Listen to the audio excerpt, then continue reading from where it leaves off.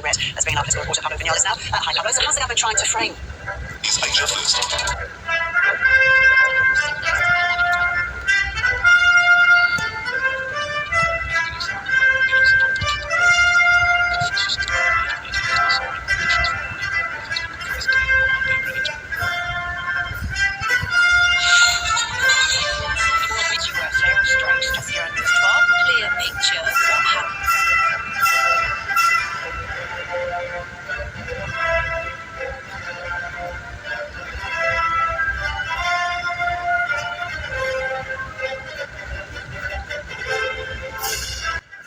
Very warm welcome to Amishakil 5858. I am Ahmed Shackle.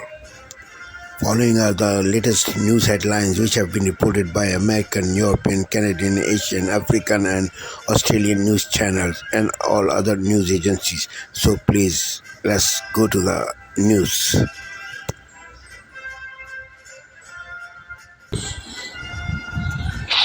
Tonight, breaking news, the death of Pope Francis, and late today, the Vatican now releasing the cause of death, dying just hours after appearing on the balcony on Easter Sunday in St. Peter's Square. And tonight they have now revealed the Pope's will, his final wishes, what Pope Francis wanted. This evening, Pope Francis, his humility, his humor, his tolerance, the leader of more than 1.3 billion Catholics around the globe.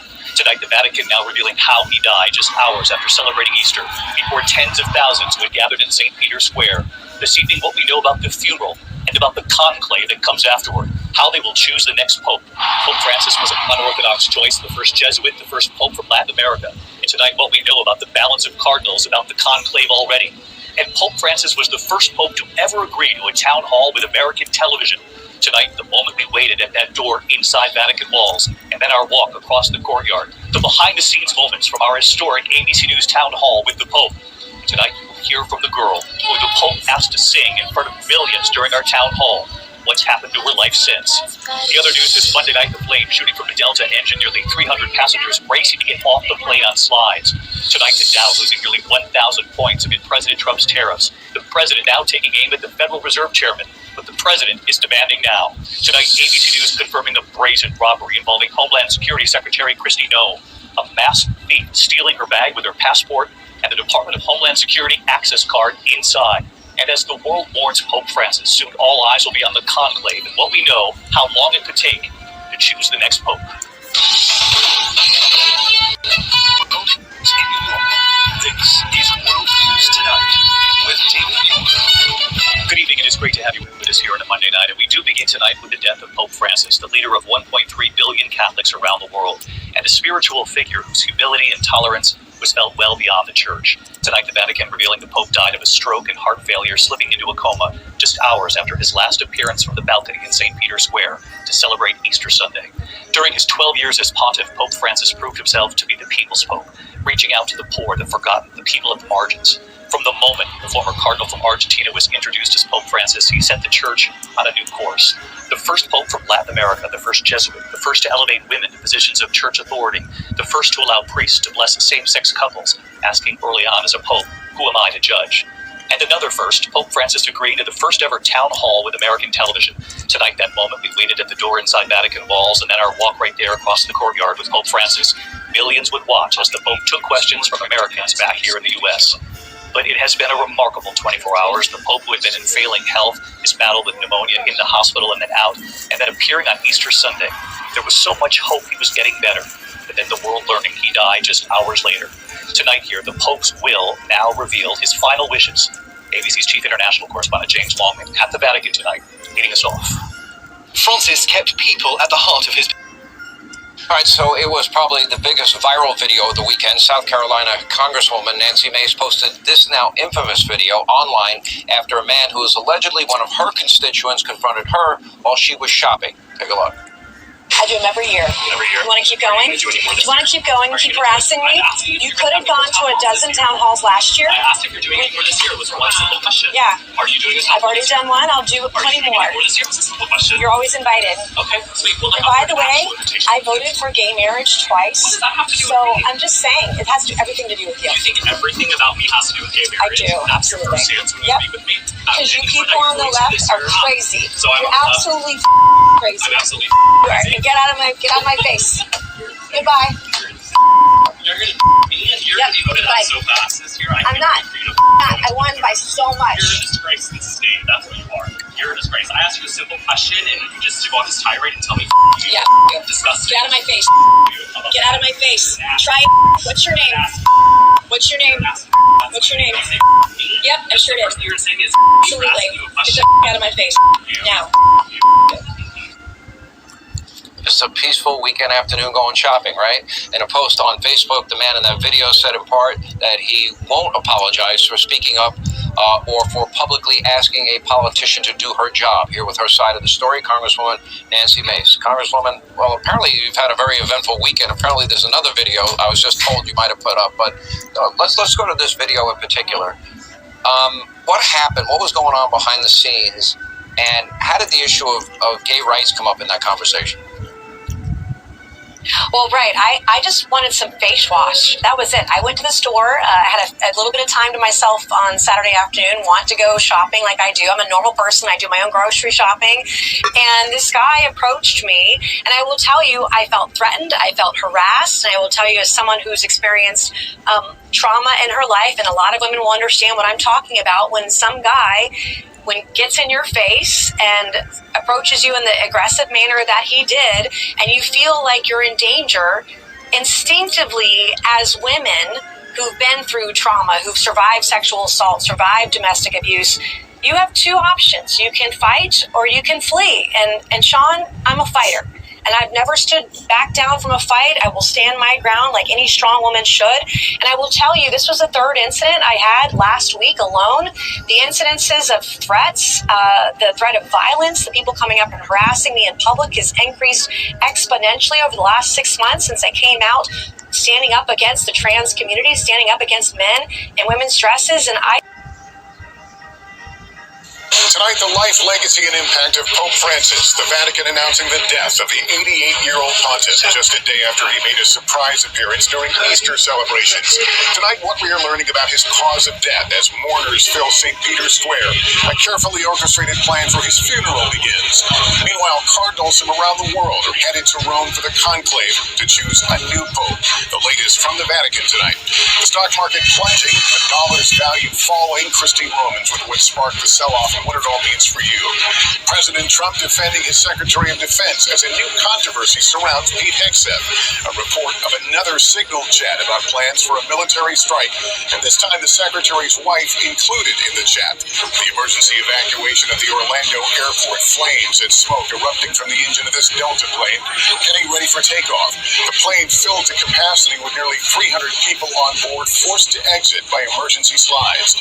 Kristi Noem, the Secretary of Homeland Security, robbed. A purse with thousands of dollars in cash, inside stolen. What we're learning about the investigation tonight. And the record run of the Boston Marathon, with the women's winner earning a place in history. Your dream school abroad is closer than you think with the Duolingo English test. Vigil at the Vatican. The faithful gather in St. Peter's Square to mourn the death of a pope. From CBS News headquarters in New York, this is the CBS Evening News. Good evening, I'm John Dickerson. I'm Maurice Dubois. For the first time in 12 years, the chair of St. Peter is vacant. Sede vacante is the Latin term for this period between the death of a pope and the election of his successor. Pope Francis, spiritual leader of the world's nearly 1.5 billion Catholics, died this morning of a stroke at the age of 88. After one last celebration of Easter, the most joyous day on the Christian calendar. One final blessing of the faithful from the balcony, the same balcony where he introduced himself to the world in March of 2013. His funeral will be held in St. Peter's Square. President and Mrs. Trump will lead the U.S. delegation. Burial will not be in St. Peter's Basilica, but at the Pope's request, at the Papal Basilica of St. Mary Major, reflecting Francis's special devotion to the Blessed Mother. And then in early May, the cardinals will meet to choose his successor. Seth Doan begins our coverage tonight from Rome. Seth?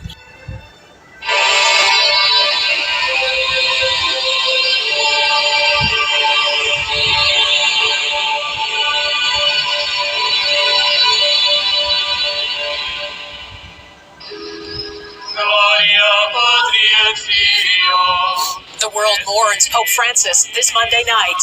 He was just so humanitarian. He had such a big heart. His humility, the causes he championed, the barriers he broke, and what's known about his funeral.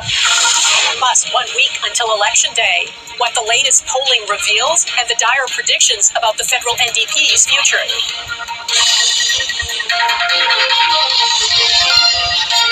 Global National with Donna Friesen. The bells tolled in St. Peter's Square today announcing the death of Pope Francis, a man being mourned by Catholics and praised by people all over the world. Pope Francis died just 1 day after he appeared in his wheelchair to bless the faithful in St. Peter's Square on Easter Sunday. His loss especially painful in Argentina, the homeland he left in 2013 when he was chosen to head the Catholic Church in Rome. Good evening and thanks for joining us. The Vatican has revealed Pope Francis died from a stroke that caused irreversible heart failure. He had been gravely ill for weeks with pneumonia, but his appearance yesterday at that Easter Mass was a hopeful sign. However, he died this morning at 7:35 a.m. Within hours, his residence was sealed shut, a move that symbolizes the official end of his papacy and starting a chain of events that will culminate in a conclave and the choice of his successor. We have extensive coverage tonight, beginning with Redmond Shannon at the Vatican. Redmond. Donna, there is only one word to describe how worshippers here in the Vatican feel today, and that is shock. Locals and visitors alike were completely caught off guard by the news. I felt so sad when I read the Pope who died, because he died all of a sudden. It was a bit shocking because we planned to visit the Vatican today. Pope Francis's death follows weeks of updates from the Vatican, indicating slow and steady improvements in his health since leaving hospital after a 38-day stay for double pneumonia. The pontiff's passing less than 24 hours after his appearance at Easter Sunday Mass. Blessing. Good evening, I'm Amna Nabaz. And I'm Jeff Bennett. On the NewsHour tonight, Pope Francis passes away at age 88, leaving behind a legacy of change and a reshaped Catholic Church. The Secretary of Defense faces mounting calls to resign after new reports of his sending attack details on a commercial messaging app. And the U.S. Supreme Court hears a challenge to the Affordable Care Act's requirement that private insurance companies cover preventive care. If you take away this no-cost access, the people are much less likely to get these screenings and to take this medicine.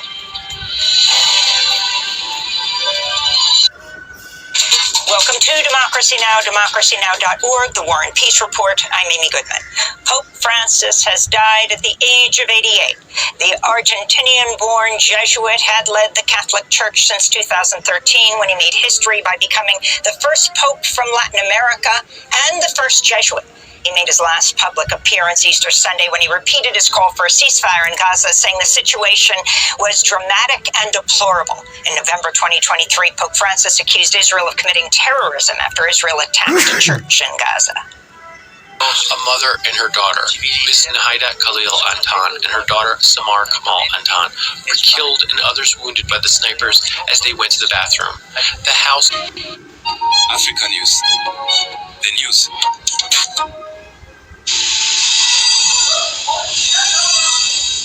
The announcement of Pope Francis's death on Monday sparked a wave of emotion across the globe, especially in Goma in the Democratic Republic of Congo, when Catholics gathered to pay tribute.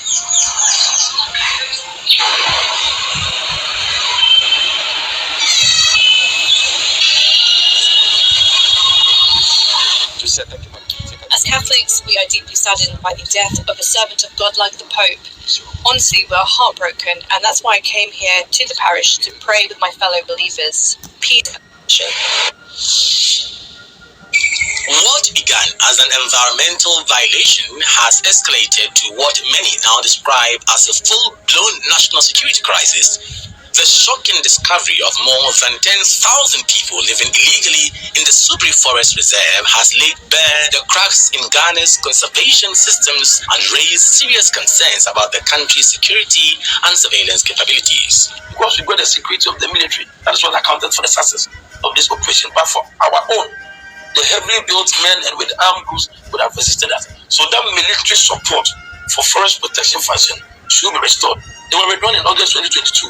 Once a lush expanse stretching from Takoradi through Wasa to Takwa, the Subiri Forest Reserve is now ground zero for one of Ghana's most complex and dangerous illegal settlements. The United States could soon radically change its diplomatic presence in Africa, according to a leaked memo from the US State Department. As part of large overhaul plans for the State Department budget, Washington could close down as many as 6 of its embassies and 2 consulates in Africa. The diplomatic representations marked for potential closure are the embassies of the Central African Republic, Eritrea, the Gambia, Lesotho, the Republic of Congo, and South Sudan. But according to some analysts, the news of the potential diplomatic cuts may be part of a wider attempt by Washington to change the relationship between the US and the African continent. It would be based on more business ties but scaled back foreign aid from the United States. While the plans need to be approved by the US Congress, they have already given rise to fears that China could take advantage of a reduced American presence on the continent and further expand its own influence.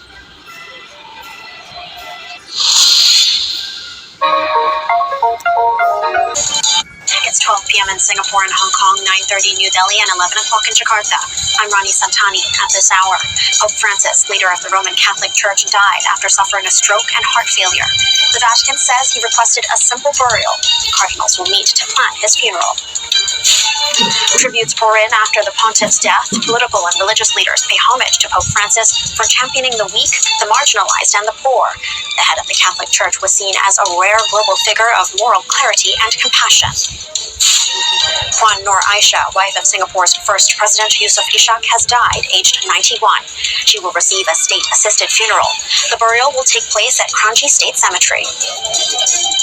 Her death was announced by Singapore Prime Minister Lawrence Wong, who said her kindness and service touched countless lives. President Tharman Shanmugaratnam has called her a force in her own right. He was known as the People's Pope, and now the people are mourning the death of Pope Francis. The Vatican says the 88-year-old leader of the Roman Catholic Church died of a stroke and irreversible heart failure. No date has yet been set for the funeral, which is expected to take place between Friday and Sunday.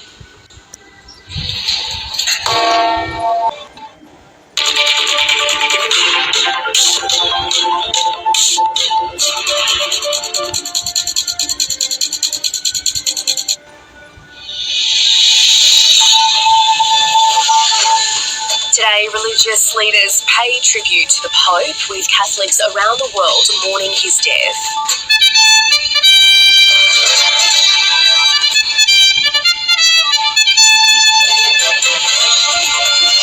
The Prime Minister and opposition leader prepare for the third leaders' debate tonight as pre-polling opens around the country.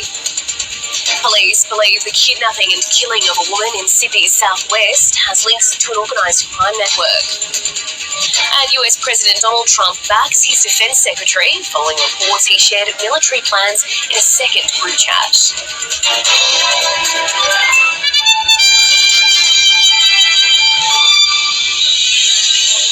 Hello and welcome to ABC News. I'm Melissa McKay. Catholics across the world are mourning the death of Pope Francis, who served as head of the Roman Catholic Church for 12 years. The Vatican says the 88-year-old died of a stroke and subsequent irreversible heart failure weeks after battling double pneumonia. Crowds have gathered in St. Peter's Square to pray for Pontiff. Pope Francis made his last public appearance just over a day ago, wishing a more than 20,000 strong crowd a happy Easter. A mass has been held at the Pontiff's home church in Buenos Aires. Catholics. This is Sky News, the headlines. Pope Francis dies aged 88. After months of illness, his death was sudden from a stroke and heart failure, says the Vatican. The shock for the devoted, losing their figurehead just hours after he was seen greeting crowds in St. Peter's Square. The faithful gathered to remember Pope Francis, who's requested his burial in a simple tomb.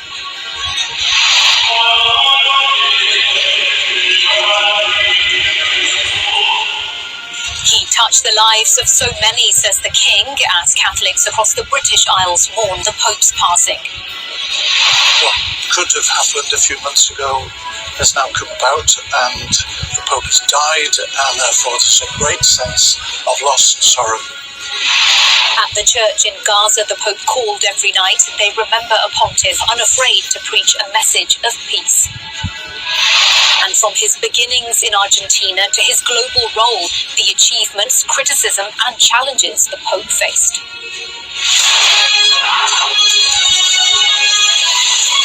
Good morning, welcome to the programme. On Saturday, Pope Francis appeared to have taken another public step towards recovery from the most serious of illness, meeting America's Vice President and being driven through the crowds in St. Peter's Square. So the news of his death yesterday was particularly shocking. He suffered a stroke, then a coma and heart failure, said the Vatican, an announcement which led to an outpouring of tributes from around the world. The Vatican... Okay, we're ready to keep you up to date with what's happening every half an hour, every single day. Bulletin is here on GB News, the People's Channel, Britain's news channel.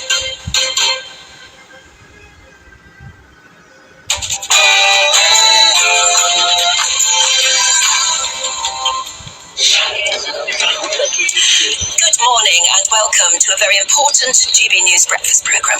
Roman Catholics around the world are mourning the death of Pope Francis. I'm here in Rome where preparations are already underway for the Pope's funeral.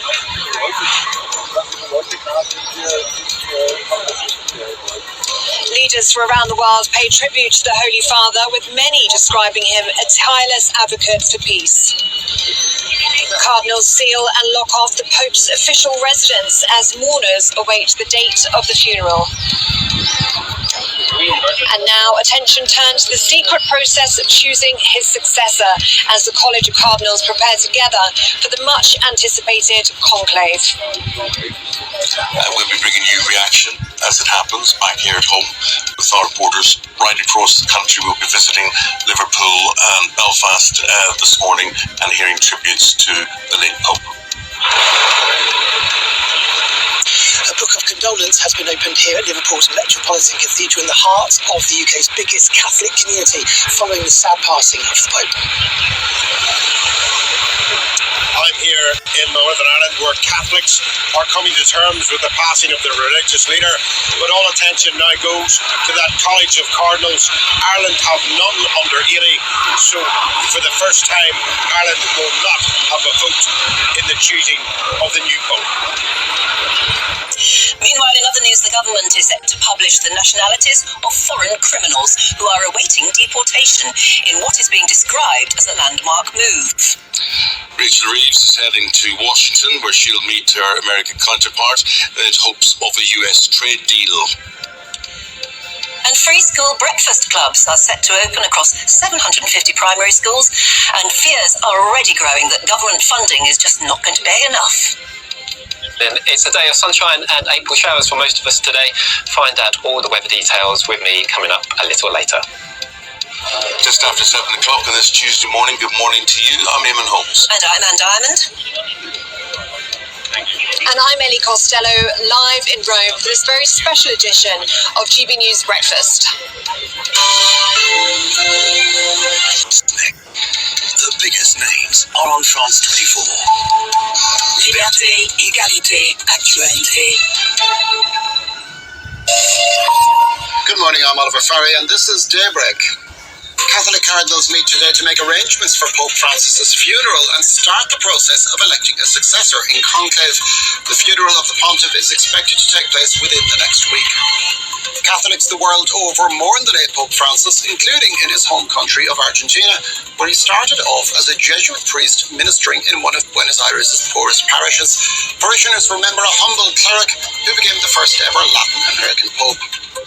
US Defense Secretary Pete Hegseth comes under increasing fire after reports he divulged classified military information in a second Signal group chat, which included his wife and brother.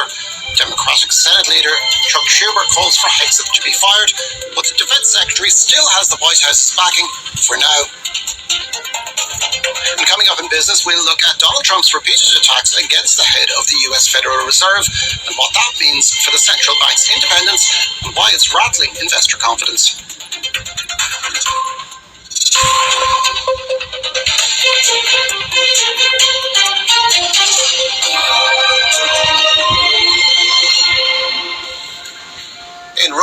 pilgrims are already starting to file into St. Peter's Square this morning to mourn the late Pope Francis. Thank you very much for giving time to Amir Shekel 5858. I am Amir Shekel. Have a good life. Bye-bye.